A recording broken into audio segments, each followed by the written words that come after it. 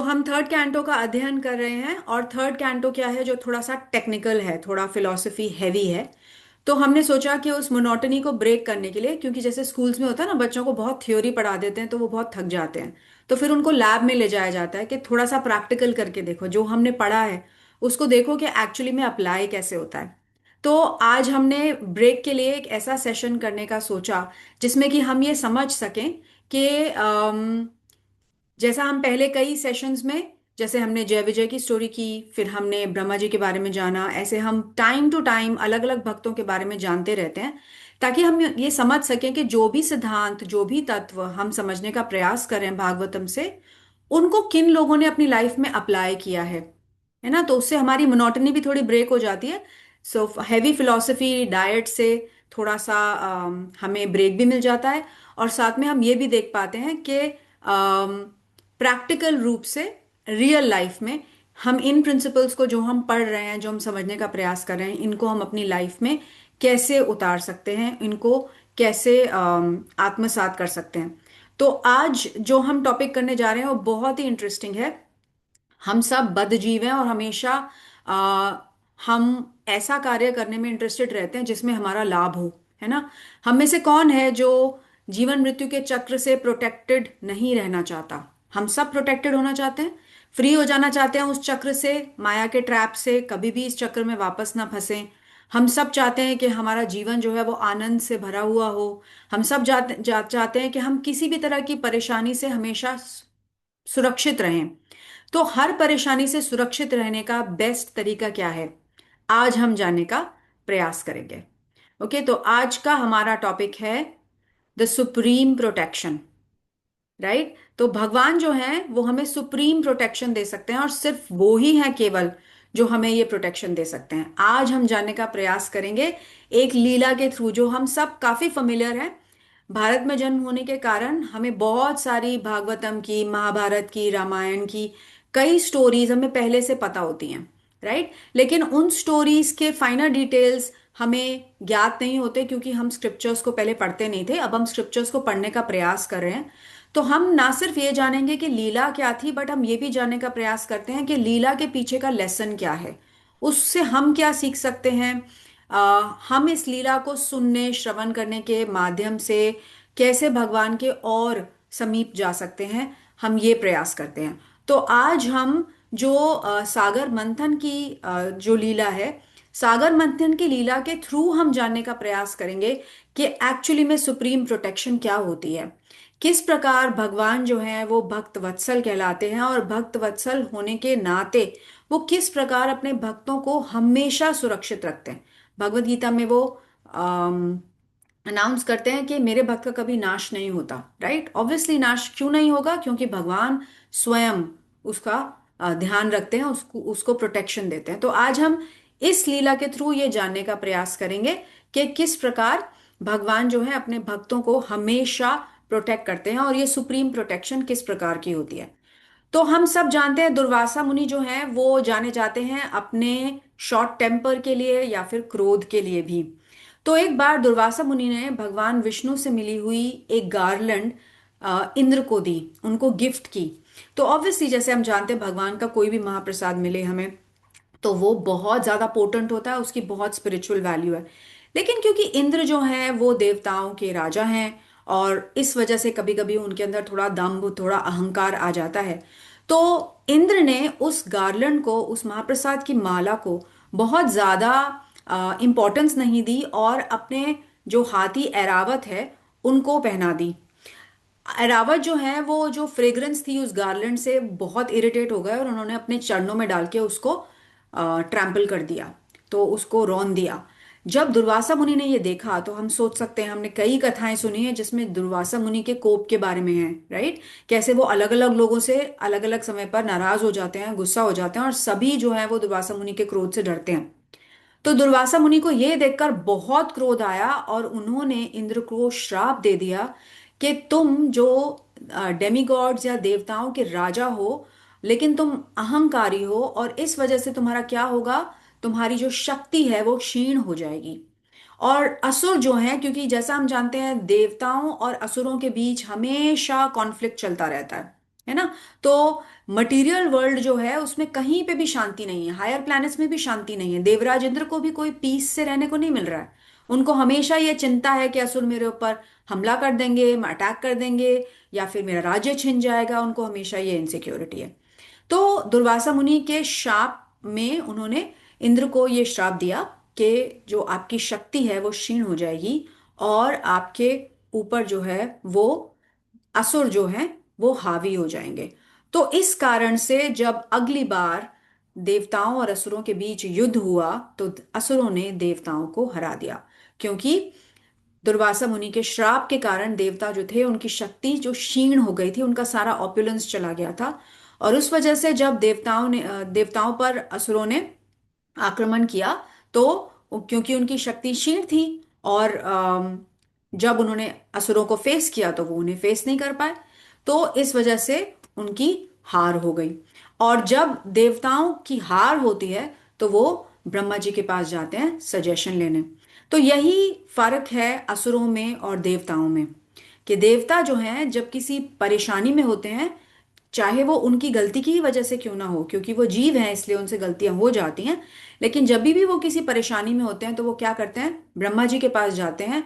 और ब्रह्मा जी क्या करते हैं, ब्रह्मा जी उन्हें भगवान के पास ले जाते हैं। तो भगवान के पास जब ब्रह्मा जी ले गए, ब्रह्मा जी ने, क्योंकि उन्हें देवताओं की जो स्थिति थी उस पर बहुत ज्यादा दया आ गई, और जब उन्होंने देवताओं की स्थिति देखी तो उन्होंने बोला हमें भगवान से प्रे करना चाहिए कि अब हमें क्या करना है, क्योंकि हम असुरों से हार चुके हैं। तो ब्रह्मा जी ने उन पर दया दिखाकर अपने हृदय में भगवान से गुहार लगाई, और उनसे ये प्रे किया, उनसे प्रार्थना की कि वे देवताओं का मार्गदर्शन करें जैसे वो हमेशा करते आए हैं। तो इस प्रकार जब ब्रह्मा जी ने भगवान से प्रार्थना की तो भगवान उनके हृदय में प्रकाशित हुए, और फिर सारे देवताओं ने तुरंत क्या किया, भगवान को प्रणाम किया। तो हम देख सकते हैं कि दैविक शक्तियां जो होती हैं उनकी चाहे वो कितनी भी गलतियां करें, लेकिन उनके अंदर एक बहुत अच्छी क्वालिटी है, वो ये है कि वो भगवान को सरेंडर्ड है। राइट। तो हम भी जीव हैं, हमसे भी बहुत सारी मिस्टेक्स हो सकती हैं। कभी कभी गुणों के अधीन होकर हम कुछ ऐसे काम कर जाते हैं जो हमें नहीं करने चाहिए।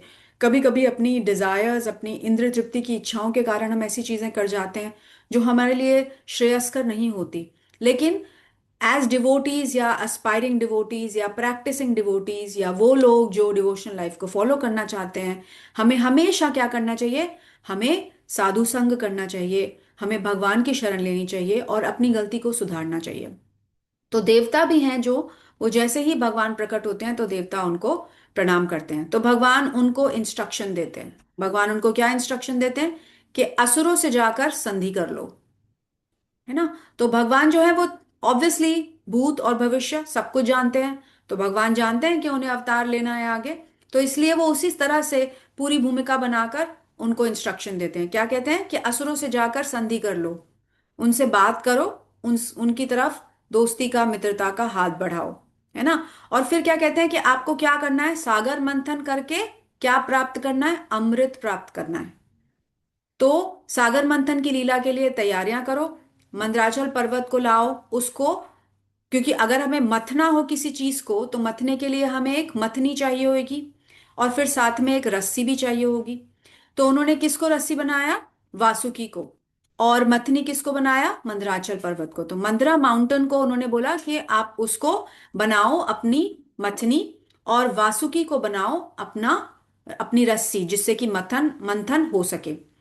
फिर उन्होंने बताया और इंपॉर्टेंट इंस्ट्रक्शंस इन्होंने बोला, जो भी असुर आपको प्रपोजल दें जिस भी तरीके का, आप वो सारा एक्सेप्ट कर लेना बिना किसी कॉन्फ्लिक्ट के, किसी भी चीज का विरोध मत करना, जैसा भी वो बोले आप करते जाना।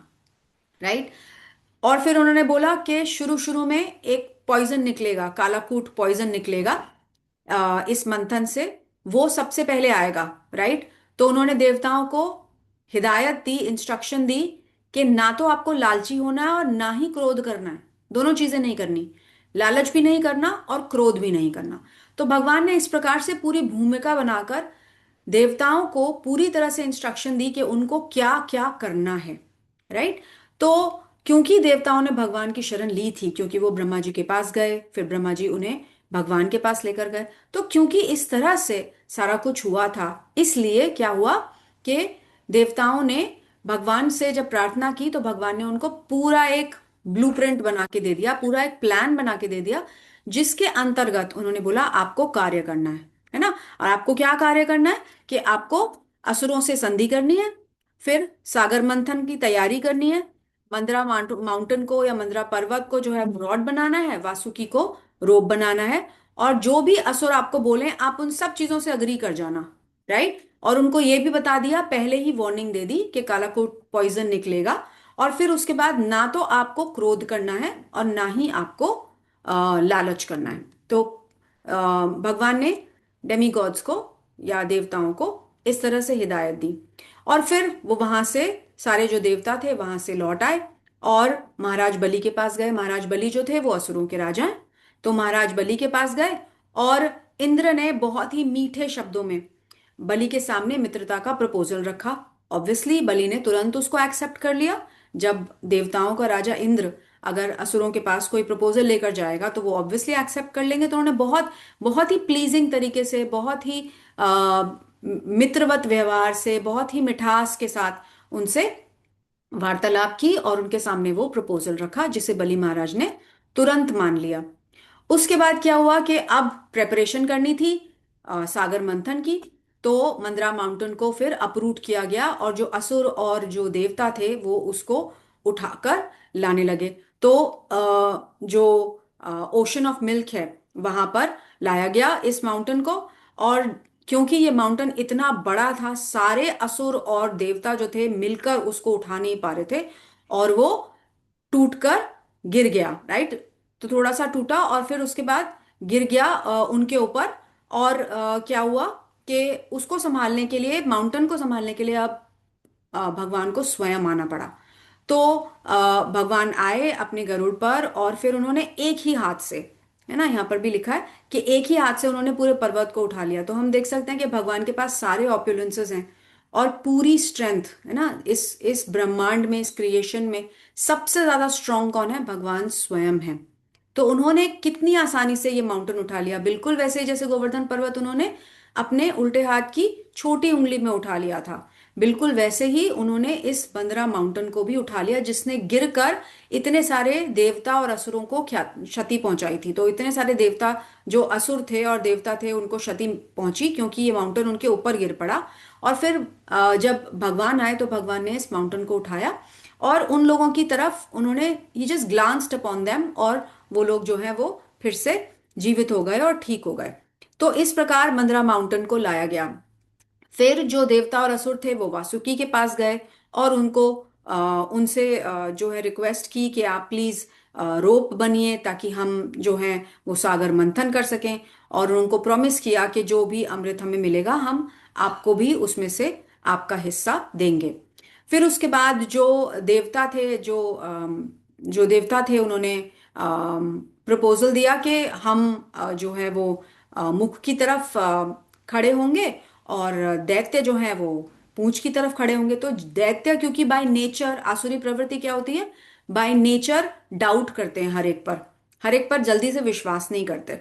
तो आसुरी प्रवृत्तियों के कारण उन्होंने सोचा कि देवता ऐसा क्यों कह रहे हैं कि हम इधर खड़े होंगे, नहीं हम उधर खड़े होंगे। तो उन्होंने बोला नहीं, हम मुख की तरफ खड़े होंगे।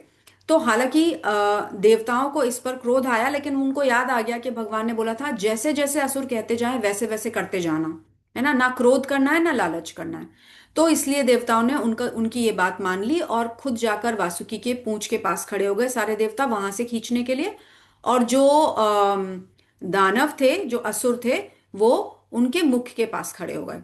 तो उसके बाद भगवान ने, जैसे हम जानते हैं, कूर्म अवतार लिया, एक कछुए का अवतार लिया। और क्योंकि मंथन करने के लिए एक बेस चाहिए होगा जिस पर कि उस माउंटेन को या उस पर्वत को हिलाया जा सके। तो भगवान का फिर कूर्म अवतार हुआ और भगवान ने मंदरा माउंटेन को नीचे से सपोर्ट किया। और ऐसा बताया जाता है, शास्त्र ऐसा कहते हैं कि जब मंदरा माउंटेन, इतना बड़ा माउंटेन, वासुकी जिसको चर्न कर रहे थे, एक तरफ से देवता खींच रहे थे, एक तरफ से असुर खींच रहे थे, तो ऐसा लग रहा था भगवान को, भगवान जो कूर्म अवतार में थे, उनको ऐसा लग रहा था जैसे उनकी पीठ पर कोई खुजली कर रहा है। तो उनकी ऐसी सेंस, उनको वो उस लीला में इसको सेवा की तरह ले रहे थे कि ये सारे लोग मिलकर मुझे सर्व करने का प्रयास कर रहे हैं। तो भगवान को ऐसी सेंसेशन हो रही थी जैसे उनकी पीठ पर खुजली हो रही थी, और ये मंथन की वजह से, जो ये पर्वत है इसके मूव होने की वजह से उनकी जो खुजली है वो ठीक हो रही है। तो मंदरा माउंटेन जो है वो बैलेंस नहीं हो पा रहा था, क्योंकि कूर्म अवतार की पीठ पर रखा था, एक तरफ से देवता थे, एक तरफ से असुर थे।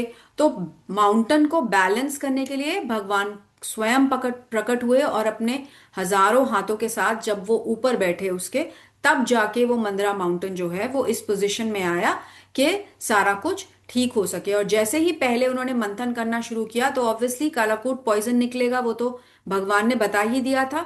लेकिन जैसे ही भगवान वहां पर आए मंदरा माउंटेन को बैलेंस करने के लिए, तो वहां पर बारिश होने लगी, और बहुत अच्छी मंद मंद ठंडी ठंडी हवा चलने लगी। तो उससे सारे देवताओं को काफी रिलीफ मिला, क्योंकि वो बहुत ज्यादा परेशान हो गए थे पॉइजन के निकलने से, और पॉइजन के निकलने से सारा जो वातावरण था वो बहुत जहरीला हो गया था। तो इस वजह से जब भगवान आए, तो भगवान के आते ही, क्योंकि भगवान का आना अपने आप में ही मंगलमय है, मंगलकारी है, तो भगवान के आते ही वहां पर बहुत ठंडी ठंडी अच्छी हवा बहने लगी, और सारा वातावरण जो है वो शुद्ध हो गया।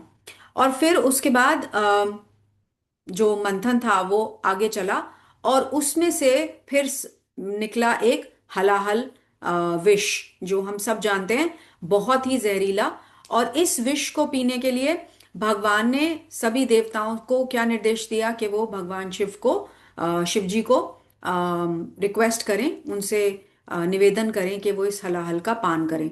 और हम सब जानते हैं कि शिव जी जो हैं वो भगवान की सबसे डिफिकल्ट सर्विसेज करने के लिए चुने जाते हैं, इसीलिए वैष्णवों में उनका नाम अग्रगण्य है, सबसे पहले लिया जाता है। और शिव जी सारी डिफिकल्ट सेवाएं करते हैं, जो सेवाएं कोई और नहीं कर सकता वो शिव करते हैं। तो इसीलिए शिव जी ने उस विष का पान किया और उसको अपने कंठ में रख लिया, इसीलिए वो नीलकंठ भी कहलाए, क्योंकि उस विष को अपने कंठ में रखने के कारण उनका जो गला था, जो नेक थी, वो ब्लू कलर की हो गई, यानी कि नीले रंग की हो गई, और इसीलिए उनका नाम नीलकंठ पड़ा। उसके बाद मंथन से बहुत सारी चीजें निकली, सुरभि निकली, सुरभि काव, उचिश्रवा हॉर्स निकला, ऐरावत जो इंद्र ने ले लिया, कई तरह के रत्न निकले, पारिजात फ्लावर निकला, बहुत सारी अप्सराएं निकली, और फिर फाइनली निकली देवी लक्ष्मी। और देवी लक्ष्मी ने वहां उपस्थित सभी देवताओं को बहुत ध्यान से देखा, सभी देवता भी उनको ध्यान से देख रहे थे, वो बहुत दिव्य और बहुत सुंदर थी।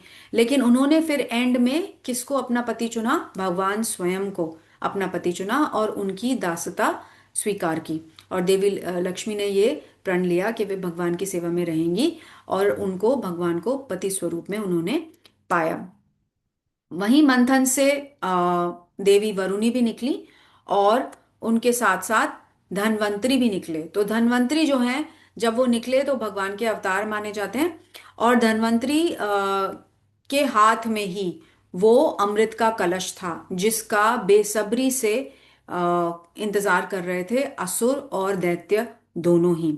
और जैसे ही धनवंतरी निकले उस अमृत कलश को लेकर, वैसे ही असुर जो हैं, क्योंकि वो असुरी प्रवृत्ति के हैं, असुरी प्रवृत्ति का व्यक्ति कभी अपनी प्रवृत्ति नहीं छोड़ता। हमारी जो भी प्रवृत्ति है, जैसे हमने जैसे ही कोई ऐसी स्थिति आती है जो कि हमारे हिसाब से ना हो, या अचानक से कोई ऐसी सिचुएशन आ जाए, तो जो हमारी असली प्रवृत्ति है उसी तरह से हम बिहेव करते हैं। तो वो क्या करने लगे? जो अमृत का कलश था वो छीनने का प्रयास करने लगे। यहां तक कि असुर जो है वो आपस में भी लड़ने लगे। जो ज्यादा शक्तिशाली थे वो कम शक्तिशाली असुरों को दबाने का प्रयास करने लगे, और सारे असुर जो हैं वो आपस में लड़के क्या कहने लगे कि पहले सिर्फ मैं पीऊंगा, या मैं अमृत लूंगा और तुम्हें नहीं मिलेगा। तो हम देख सकते हैं कि आसुरी प्रवृत्ति के लोग किस प्रकार व्यवहार करते हैं। हम सब में ये प्रवृत्तियां हैं, हम में भी आसुरी प्रवृत्ति है, और कभी कभार हम भी ऐसे ही व्यवहार करते हैं, तो हमें समझ जाना चाहिए कि अब हम अपनी आसुरी प्रवृत्ति का एग्जीबिशन कर रहे हैं। जब हम इस तरह से व्यवहार करते हैं तो वो क्या करने लगे, एक दूसरे को डोमिनेट करने लगे और आपस में ही लड़ने लगे कि पहले मैं पीऊंगा, और वो कहने लगे कि पहले मैं पीऊंगा। और क्योंकि असुरों ने उनसे अमृत कलश छीन लिया था धनवंतरी से, तो जो देवता थे, वो देवतागण बहुत परेशान हो गए और फिर से वो भगवान की शेल्टर में गए। वो दुखी हो गए क्योंकि उनको पता था कि अमृत पीते ही जो सारे असुर हैं वो क्या हो जाएंगे, अमर हो जाएंगे। और फिर उनको जीतना, उनके ऊपर विजय पाना बहुत ही मुश्किल हो जाएगा, बहुत दुष्कर हो जाएगा। तो ये सारी चीजें सोचकर वो बहुत परेशान हो गए और भगवान की शरण में चले गए। भगवान ने उन सबको आश्वासन दिया कि आप चिंता मत करिए, मैं जल्द ही क्या एक और इनकारनेशन लूंगा और फिर आपको अमृत अवश्य मिलेगा। तो इसके बाद भगवान विष्णु ने कौन सा अवतार लिया, भगवान विष्णु ने लिया भाई मोहिनी अवतार। आजा भूत आजा। सो उन्होंने मोहिनी अवतार लिया, बहुत ही सुंदर, अद्भुत, अट्रैक्टिव एक स्त्री के रूप में भगवान आए, मोहिनी रूप में, मोहिनी मूर्ति के रूप में। और उनको देखते ही सारे जो असुर थे वो उनको देखते ही रह गए। और उनका जो ये रूप था वो इतना ज्यादा अट्रैक्टिव था, इतना ज्यादा दिव्य था कि देवताओं को समझ नहीं आया कि ये क्या हुआ अचानक, ये कौन स्त्री है जो इस प्रकार से यहाँ उपस्थित हो गई है। और उनके हाथ में जो था वो अमृत का कलश उन्होंने असुरों से ले लिया। और क्योंकि असुरों का जो पूरा फोकस था वो कहाँ था, असुरों का पूरा फोकस था मोहिनी मूर्ति के ऊपर। तो उनको समझ ही नहीं आया कि क्या हुआ। उनको अपने इशारों से, अपनी भाव भंगिमा से एकदम उन्होंने बिविल्डर कर दिया मोहिनी मूर्ति ने, और उनसे वो कलश ले लिया। और जो दैत्य थे वो उनको रिक्वेस्ट करने लगे कि आप अपने हाथों से ही हमें ये अमृत का पान करा दीजिए। तो मोहिनी मूर्ति जो थी वो उन्होंने अ, असुरों को ये चेतावनी दी कि आप मुझ पर विश्वास मत करिए, क्योंकि मोहिनी मूर्ति तो भगवान विष्णु स्वयं है, वो जानते हैं कि भगवान विष्णु हमेशा देवताओं की रक्षा करते हैं हर स्थिति में। तो लेकिन असुर जो थे वो इतने लस्टी थे, इतने ज्यादा काम के से अंधे हो गए थे कि वो समझ ही नहीं पाए कि एक्चुअली में हो क्या रहा है। और उन्होंने मोहिनी मूर्ति को बिल्कुल ट्रस्ट कर लिया। उन्होंने मोहिनी मूर्ति को बोला नहीं, आप ही अमृत जो है वो डिस्ट्रीब्यूट करिए। और उनकी सारी कंडीशंस जो हैं मान ली, जैसा जैसा उन्होंने बोला, जैसा जैसा आप कहेंगी हम वैसा वैसा करने को तैयार हैं। तो उनके सारे डिसीजंस भी अपनाने को तैयार हो गए। उन्होंने बोला जो आप डिसाइड करेंगी, जिसको पहले देना चाहें, जिसको बाद में देना चाहें, जिस भी ऑर्डर में, सीक्वेंस में आप डिस्ट्रीब्यूट करना चाहें, जो भी करना चाहें आप कर सकते हैं। और फिर मोहिनी मूर्ति ने क्या किया कि असुरों की और देवताओं की अलग अलग लाइनें बनवा दी, अलग अलग पंक्तियां बनवा दी। असुरों को एक तरफ बिठा दिया और जो देवतागण थे उनको एक तरफ बिठा दिया। अब असुरों को तो वो अपनी भाव भंगिमा, अपने चेहरे के एक्सप्रेशंस, अपने जेस्चर्स से मोहित करती रहीं। और धीरे धीरे उन्होंने क्या किया, देवताओं में वो सारा अमृत जो है वो बांटने लगी। और असुरों को इस बात का पता भी नहीं चला, क्योंकि उनका पूरा फोकस किस पे था, मोहिनी मूर्ति पे था। क्योंकि वो इतनी अट्रैक्टिव है, इतनी ज्यादा ब्यूटीफुल है, और जो असुर हैं वो कामुक हैं। तो काम वासना से अंधे होकर वो ये समझ ही नहीं पाए कि उनके साथ छल हो रहा है, कि उनके साथ कुछ गड़बड़ हो रही है, कि मोहिनी मूर्ति कुछ गड़बड़ कर रही है। वो इतना फोकस थे मोहिनी मूर्ति के ऊपर कि उन्होंने ये ध्यान ही नहीं दिया कि एक्चुअली में हो क्या रहा है। और मोहिनी मूर्ति ने बहुत चालाकी से उनके साथ छल करके जो अपना, जो उनके पास जो जग था, जो कलश था अमृत का, उसमें से सारा जो अमृत है वो देवताओं को दे दिया। तो असुर जो थे उन्होंने मोहिनी मूर्ति की सारी बातें आखिर क्यों मानी, तो इसलिए मानी क्योंकि वे मोहिनी मूर्ति के प्रति मोहित हो गए थे। उन्हें मोहिनी मूर्ति के, जब हम किसी के ऊपर पूरी पूरी तरह से मोहित हो जाते हैं तो हमें उसके ऊपर एक फेथ आ जाता है, श्रद्धा आ जाती है उस व्यक्ति के ऊपर, कि ये व्यक्ति जो भी करेगा मुझे मंजूर है। तो ऐसा ही मोहिनी मूर्ति के साथ भी हुआ। असुरों ने मोहिनी मूर्ति के साथ कोई विरोध नहीं किया, कोई विद्रोह नहीं किया, उनकी हर बात मानने के लिए तैयार हो गए। असुर जो है वो नहीं चाहते थे कि उनका और मोहिनी मूर्ति का जो रिलेशनशिप है, जो उनको लग रहा था कि ये इतनी अट्रैक्टिव है और हमें इंद्रिय तृप्ति करने को मिलेगी, वो सब, वो रिलेशन, वो संग, वो इक्वेशन चेंज ना हो और डिस्टर्ब ना हो, इसीलिए उन्होंने उनकी सारी बातें मान ली। फिर उसके बाद उन्होंने मोहिनी मूर्ति को पहले से बोला भी था कि हम आपकी सारी बातें मानेंगे और जैसा आप चाहें, जिस सीक्वेंस में चाहें आप डिस्ट्रीब्यूट कर सकते हैं। तो उनको लगा अब हम विरोध करेंगे तो कहीं ये बुरा ना मान जाए, तो वो मोहिनी मूर्ति को क्रोधित करना नहीं चाहते थे, उनको रुष्ट करना नहीं चाहते थे। और वो एक स्त्री से क्यों लड़ना चाहेंगे, वो तो असुर हैं वैसे भी। तो वो स्त्री से लड़ना नहीं चाहते थे, इसलिए उन्होंने मोहिनी मूर्ति की सारी जो बातें थी सब एक्सेप्ट कर ली। और जब मोहिनी मूर्ति रूप में भगवान जब देवताओं को अमृत दे रहे थे तो उन्होंने विरोध भी नहीं किया, क्योंकि उनको समझ ही नहीं आया कि उनके साथ हो क्या रहा है। और फिर जैसा हम ये स्टोरी पहले से जानते हैं, राहु जो है वो देवताओं की साइड जाकर बैठ जाते हैं और मोहिनी मूर्ति को फिर जो सूर्य और चंद्र हैं वो बताते हैं कि ये जो है वो राक्षस है। और क्योंकि उन्होंने अमृत जो है वो पी लिया होता है तो भगवान अपने सुदर्शन चक्र से उनका संहार कर देते हैं। लेकिन क्योंकि उन्होंने अमृत पी लिया होता है और वो उनकी नेक तक होता है, तो उनका जो सिर जो है वो इमॉर्टल हो जाता है या अमर हो जाता है। तो राहु का सिर जो है वो अमर है और भगवान ने उनका सर जो है वो अपने सुदर्शन चक्र से काट दिया था। तो ये देखकर जो देवता होते हैं, जो दानव होते हैं, जो असुर होते हैं, उनकी आंखें खुलती है और उनको समझ आता है कि ओह, हमारे साथ तो छल हो गया है। ये मोहिनी मूर्ति और कोई नहीं, भगवान विष्णु है।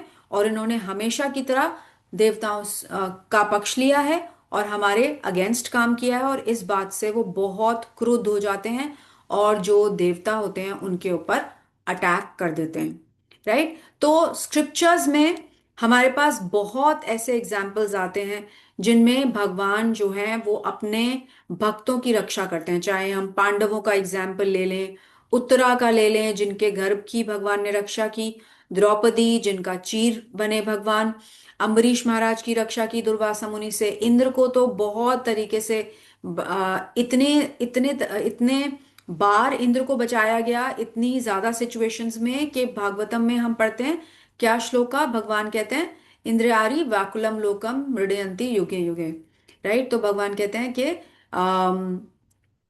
मैं जो है वो इंद्र के जो शत्रु हैं उनको उनका नाश करता हूं। प्रहलाद महाराज को भगवान ने बचाया अपने पिता से जो तरह तरह की यातनाएं उनको देकर प्रताड़ित कर रहे थे। ब्रजवासियों को भगवान हमेशा बचाते हैं, कभी इंद्र की वर्षा से, कभी अग्नि से, कभी ब्रह्मा के छल से, उनकी माया से। हर सिचुएशन में भगवान जो है वो ब्रजवासी इसकी रक्षा करते हैं। जय और विजय, हमने बहुत ही थोड़े दिन पहले ही उनकी स्टोरी सुनी थी, किस प्रकार भगवान ने उनकी प्रोटेक्शन की। गजेंद्र की भी हमने सुनी है। और इस प्रकार देवताओं को अलग अलग तरीके से भगवान बचाते हैं। और हम देख सकते हैं प्रभुपाद के एग्जाम्पल से भी कि किस प्रकार प्रभुपाद की भी भगवान ने कई बार बहुत तरीके से रक्षा की। तो अपने शुद्ध भक्त को भगवान हमेशा प्रोटेक्शन देते हैं और भगवान की शरण में जो जाता है भगवान उनको प्रोटेक्शन देते हैं। तो प्रभुपाद को बचपन में हमने प्रभुपाद हम्म। लीलामृत का वो सेक्शन भी पढ़ा है, प्रभुपाद की अर्ली चाइल्डहुड के बारे में। जब उनको टाइफाइड हो गया था भगवान ने तब भी उनकी रक्षा की। जब उनको मीट खिलाने के लिए बोला गया था, ब्रॉथ खिलाने, चिकन ब्रॉथ खिलाने के लिए बोला गया था, बट प्रभुपाद ने नहीं खाया और फिर भी उनकी रक्षा हुई। और फिर एक बार प्रभुपाद हिंदू मुस्लिम दंगों में फंस गए थे अपने शहर में, लेकिन वहां पे भी भगवान ने उनकी रक्षा की। फिर जब प्रभुपाद बॉस्टन जा रहे थे एक शिप पे, जलदूत पे, तो जलदूत पे भी प्रभुपाद को हार्ट अटैक्स आए, लेकिन वहां पे भी भगवान ने उनकी रक्षा की। और भगवान ने उनको शक्ति दी कि वो अमेरिका तक पहुंचकर और इस्कॉन की स्थापना कर पाए। प्रभुपाद को स्ट्रोक भी आया, लेकिन तब भी प्रभुपाद की रक्षा हुई। और फिर उसके बाद बहुत और तरीके से जब यहाँ पर जूहू लैंड को लेने के लिए लीगल बैटल चल रही थी, जब इस्कॉन पर केस कर दिए गए थे, तब भी प्रभुपाद की रक्षा हुई बहुत तरीके से। तो हम देख सकते हैं कि किस प्रकार शास्त्रों में तो लिखा ही है ऑब्वियसली कि भक्त जो हैं वो हमेशा भगवान से सुरक्षित रहते हैं। भगवान उनके सुरक्षा, भगवान के सुरक्षा घेरे में रहते हैं, भगवान हमेशा उनकी सुरक्षा करते हैं। और रीसेंट एग्जाम्पल्स में भी हम देख पाते हैं और आचार्यों के केसेस में भी हम देख पाते हैं कि किस प्रकार भगवान जो है वो अपने भक्तों की हमेशा रक्षा करते हैं। तो भगवान कैसा फील करते हैं अपने डिवोटीज के बारे में? भगवान कहते हैं कि मैं हमेशा अपने ग्वालों की रक्षा करूंगा, अपने ब्रजवासियों की रक्षा करूंगा, क्योंकि मैं ही उनका स्वामी हूं और वो पूरी तरह से मेरे ऊपर डिपेंडेंट है और मेरा मेरा परिवार है। तो भगवान अपने भक्तों को कैसे देखते हैं? अपने परिवार की तरह। जैसे ब्रजवासियों को भगवान कैसे देखते हैं? अपने परिवार की तरह। तो भगवान कहते हैं कि मैं अपने ग्वाल बाल जो हैं उनकी रक्षा हमेशा करूंगा, मैंने ये वचन लिया है, क्योंकि मैं अपने भक्तों की रक्षा सदैव करता हूं। है ना? फिर नारद पंचरात्र में भी भगवान कहते हैं कि आ, इतने ज्यादा भगवान ईगर हैं अपने डिवोटीज की रक्षा करने के लिए कि वो सिर्फ अपने शस्त्रों पे, अपनी शक्तियों पे डिपेंडेंट नहीं रहते। भगवान पर्सनली आते हैं अपने भक्तों की रक्षा करने के लिए। जैसे गजेंद्र की स्टोरी में हम देखते हैं, हमने देखा गजेंद्र की स्टोरी में क्या होता है कि गजेंद्र की रक्षा करने के लिए भगवान स्वयं गरुड़ पर चढ़कर आते हैं। तो इस प्रकार कितनी तरीके से भगवान अलग अलग इनकारनेशन में, जब नरसिंहदेव प्रकट होते हैं तो प्रहलाद कहते हैं कि आप अलग अलग इनकारनेशन में इस मटेरियल वर्ल्ड, भौतिक जगत की रक्षा करने के लिए आते हैं, लेकिन किसी एक भक्त की रक्षा करने पहली बार आप सिर्फ एक भक्त के, मैं तो छोटा सा 5 वर्ष का बालक हूं, मेरी एक व्यक्ति की रक्षा करने के लिए आप स्वयं प्रकट हुए हैं। तो हम समझ सकते हैं कि भगवान का कितना प्रेम है अपने भक्तों के प्रति, कि अपने भक्तों की रक्षा के लिए वो ध्यान किसी दीजिए। भी तरह से कोई भी रूप लेते हैं और कभी भी कहीं भी प्रकट होते हैं और कभी उनको अकेला नहीं छोड़ते।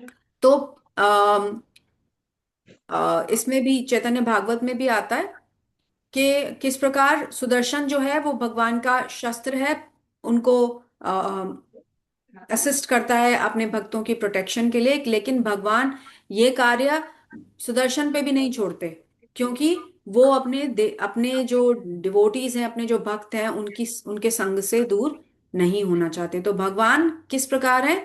एक डिजायर ट्री के प्रकार, एक डिजायर ट्री, यानी कि जो हमारी सारी इच्छाओं को पूरा करने में सक्षम हो, उस ट्री के समान है। और अगर हम उनकी सेवा अगर हम उनकी सेवा करते हैं और उनकी शरण में रहते हैं, तो वो हमेशा हमारी प्रोटेक्शन करेंगे। और हमारी प्रोटेक्शन कैसे करते हैं? हमारी भक्ति को प्रोटेक्ट करके, हमारे जो स्पिरिचुअल क्रेडिट्स हैं उनको प्रोटेक्ट करके, हमारी स्पिरिचुअल लाइफ को प्रोटेक्ट करके। तो क्योंकि वही एक चीज है जो इटर्नल है, बाकी सब कुछ तो नश्वर है। लेकिन भगवान हमारी भक्ति प्रोटेक्ट करते हैं, हमें हर तरह से प्रोटेक्शन देते हैं। और जब जितना हम उनके प्रति शरणागत होते हैं, उसी प्रोपोर्शन में भगवान जो है वो हमें प्रोटेक्शन देते हैं। तो हम देख सकते हैं कि शास्त्रों में हम पढ़ते हैं कि जितने भी भक्तों ने भगवान की शरण ली, प्रहलाद महाराज कंप्लीटली सरेंडर्ड थे, गजेंद्र कंप्लीटली सरेंडर्ड थे, द्रौपदी हो, उत्तरा हो, या फिर और कई भक्त जिनके बारे में हम पढ़ चुके हैं, जय विजय हो, इन सब को भगवान ने प्रोटेक्शन दी, क्योंकि ये कंप्लीटली भगवान पे डिपेंडेंट थे। तो हमें ये सीखना चाहिए कि हम अगर भगवान पे कंप्लीटली डिपेंडेंट होंगे, तो भगवान हमें भी प्रोटेक्शन देंगे, हमें किसी चीज से डरने की जरूरत नहीं है। तो भगवत गीता में भगवान कहते हैं कि मैं तुम्हें किसी भी चीज से डरने की जरूरत नहीं है, मैं तुम्हें अभय दान दे सकता हूँ। क्योंकि जब हम भगवान से कनेक्ट हो जाते हैं, जब हम भगवान की शरण में आते हैं, तो हमें फियरलेसनेस हो जाती है, हम फियरलेस हो जाते हैं। यानी कि हम निश्चिंत हो जाते हैं कि हमारा कभी कुछ बुरा नहीं हो सकता। तो इस प्रकार भगवान भक्तों को प्रोटेक्ट करते हैं। और अपनी डेली लाइफ में हम कैसे भगवान की प्रोटेक्शन के लिए क्या कर सकते हैं? हम भगवान के लिए भजन गा सकते हैं, क्योंकि सारे आचार्यों ने बहुत सुंदर सुंदर भजनों की रचना की है, जिन भजन में आचार्य जो है वो अपने मन के भाव प्रस्तुत करते हैं। अब हमारा मन तो इतना कलुषित है, इतना ज्यादा कंटेमिनेटेड है, इतना दूषित है कि उसमें ऐसे शुद्ध भाव आ ही नहीं पाते। लेकिन अगर हम अपने आचार्यों के पद चिन्हों पर चलेंगे, उनके अनुगत्य रहेंगे, तो उन आचार्यों के मन के भावों को हम अगर भगवान के सामने प्रेजेंट करेंगे, तो चाहे वो हमारा मन कितना भी ज्यादा प्रदूषित हो, कितना भी ज्यादा इनकेपेबल और इनसिग्निफिकेंट हम हैं, लेकिन सिर्फ अगर हम उनके भाव भी प्रेजेंट करेंगे, तो भगवान बहुत ज्यादा प्रसन्न होंगे और हमें भक्ति में बहुत ज्यादा आगे बढ़ने का मौका मिलेगा। तो हम भगवान के लिए भजन गा सकते हैं, हम प्रेयर्स कर सकते हैं। भागवतम में इतनी प्रेयर्स हैं, कुंती महारानी की प्रार्थनाएं हैं, शिव जी की प्रार्थनाएं हैं, प्रहलाद महाराज की प्रार्थनाएं हैं, गजेंद्र की प्रार्थनाएं हैं। ये सब प्रार्थनाएं हमें क्या सिखाती हैं कि हमें किस प्रकार भगवान को अप्रोच करना चाहिए, किस प्रकार हमें उनके शरणागत होना चाहिए, किस प्रकार हम भगवान का ग्लोरिफिकेशन कर सकते हैं। तो इन प्रार्थनाओं को जब हम पढ़ते हैं, बार बार पढ़ते हैं, जब हम इनको अप्रोच करते हैं, तो हमारे मन में भी वो भाव उत्पन्न होते हैं कि किस प्रकार हम भगवान को शरणागत हो सकते हैं। तो ये प्रेयर्स हम पढ़ सकते हैं। हम उन भक्तों का संग कर सकते हैं जो कि सरेंडर्ड हैं या शेल्टर्ड हैं, जिन्हें संपूर्ण विश्वास है कि भगवान हमारी रक्षा करेंगे। जब हम इन ऐसे भक्तों का संग करते हैं तो संग से शक्ति प्राप्त होती है। जब हम ऐसे भक्तों का संग करेंगे तो हम वैसे ही हो जाएंगे, वैसी ही भावना हमारे अंदर आ जाएगी। तो जैसे मटेरियल लाइफ में भी हम हमेशा कहते हैं, बच्चों को भी ये सिखाते हैं कि अच्छे बच्चों का संग करोगे तो अच्छी आदतें आएंगी, पढ़ाकू बच्चों का संग करोगे तो पढ़ाकू बनोगे। जो एकेडमिकली ओरिएंटेड हैं, जो फोकस्ड हैं, अगर उनके साथ रहोगे तो तुम्हारी भी परफॉर्मेंस अच्छी होगी। बिल्कुल उसी तरह अगर हम ऐसे भक्तों के साथ रहेंगे जिनको भगवान में पूर्ण शरणागति है, जिनको भगवान में पूरा विश्वास है, तो वो विश्वास हम तक उन भक्तों से पहुंच सकता है। तो इसीलिए हमें ऐसे भक्तों का संग करना चाहिए, उनसे शिक्षा लेनी चाहिए, उनके साथ रहना चाहिए, उनसे आदान प्रदान करना चाहिए जो भगवान को कंप्लीटली सरेंडर्ड है। अगर हम भक्तों की, आचार्यों की, श्रील प्रभुपाद की के जीवन के बारे में पढ़ेंगे, श्रील प्रभुपाद की लाइफ के बारे में भी सुनने से, पढ़ने से, अगर हम लीलामृत पढ़ेंगे, अगर हम उनकी लाइफ के बारे में सुनेंगे, तो भी हम जान पाएंगे कि किस प्रकार से हम अपनी डेली लाइफ में भगवान को सरेंडर कर सकते हैं। धीरे धीरे, थोड़ा थोड़ा करके हम जान सकते हैं कि किस प्रकार एक सरेंडर्ड सोल जो है वो कंप्लीटली प्रोटेक्टेड रहता है भगवान से, उसको किसी चीज का भय नहीं होता, और वो बहुत अच्छे से अपनी लाइफ को जी सकता है। और दूसरे भक्तों की जीवन से भी हम ये बात सीख सकते हैं। यही कारण है कि हम भागवतम में धीरे छोटे छोटे ब्रेक्स लेते हैं, और उन ब्रेक्स में हम इन भक्तों के जीवन को या भक्तों के जीवन को प्रेजेंट करते हैं, और इस तरह के टॉपिक्स लेकर आते हैं ताकि हम फिलॉसफी और तत्व और सिद्धांत के साथ साथ ये भी समझ पाएं कि हमें इस सिद्धांत को, इस तत्व को अपने जीवन में किस तरह उतारना है। तो थ्योरी के साथ प्रैक्टिकल भी पैरेलल चले, इस वजह से हम ये सब पढ़ते हैं। तो भागवतम जो है, स्क्रिप्चर्स जो हैं, चाहे वो भगवत गीता हो, भागवतम हो, ये सारे चैतन्य चरितमृत हो, इन सब ग्रंथों में हम सिद्धांत तो पाते ही हैं, लेकिन ऐसे लोगों को भी देख पाते हैं, ऐसे जीवंत उदाहरण भी देख पाते हैं जिन्होंने इन सिद्धांतों को अपने जीवन में उतारा है। उससे हमें बहुत शक्ति मिलती है। एक तो हमें ये शक्ति मिलती है, हमें पता चलता है कि हम अकेले नहीं हैं, हम स्ट्रगल कर रहे हैं, है ना। भौतिक जीवन में हमारी क्या क्या लाइफ है, हम स्ट्रगल कर रहे हैं अपने आप को बैलेंस बनाने के लिए, भौतिक और आध्यात्मिक जीवन में बैलेंस बनाने के लिए। कभी पूरे बहुत तरह से भौतिक की तरफ झुक जाते हैं, कभी पूरी तरह से आध्यात्मिक की तरफ झुक जाते हैं। इसकी वजह से हमारी लाइफ हमेशा ऐसे ही डामाडोल होती है। लेकिन हमें घबराना नहीं चाहिए, क्योंकि हमारे पास ऐसे बहुत सारे उदाहरण हैं जिन लोगों ने अपने जीवन में इन सिद्धांतों को उतारा और वो सक्सेसफुल भी रहे, राइट, वो सफल भी हुए। तो हमें कभी, जब हमें निराशा हो या हमें लगे कि ये मुझसे नहीं हो पाएगा या ये बहुत मुश्किल है, तो हमें स्पेसिफिकली उस समय पर इन भक्तों का जरूर एसोसिएशन लेना चाहिए, इनकी लाइफ के बारे में पढ़ना चाहिए, इनकी प्रेयर्स पढ़नी चाहिए, इनके बारे में सुनना चाहिए, दूसरे भक्तों से इनके बारे में डिस्कस करना चाहिए, ताकि हमें फिर से वो शक्ति मिले कि हम अपनी लाइफ में आध्यात्मिक प्रिंसिपल्स को अप्लाई करते हुए चलें और अपने जीवन को सफल बनाएं। Okay, Hare Krishna, thank you so much for listening patiently.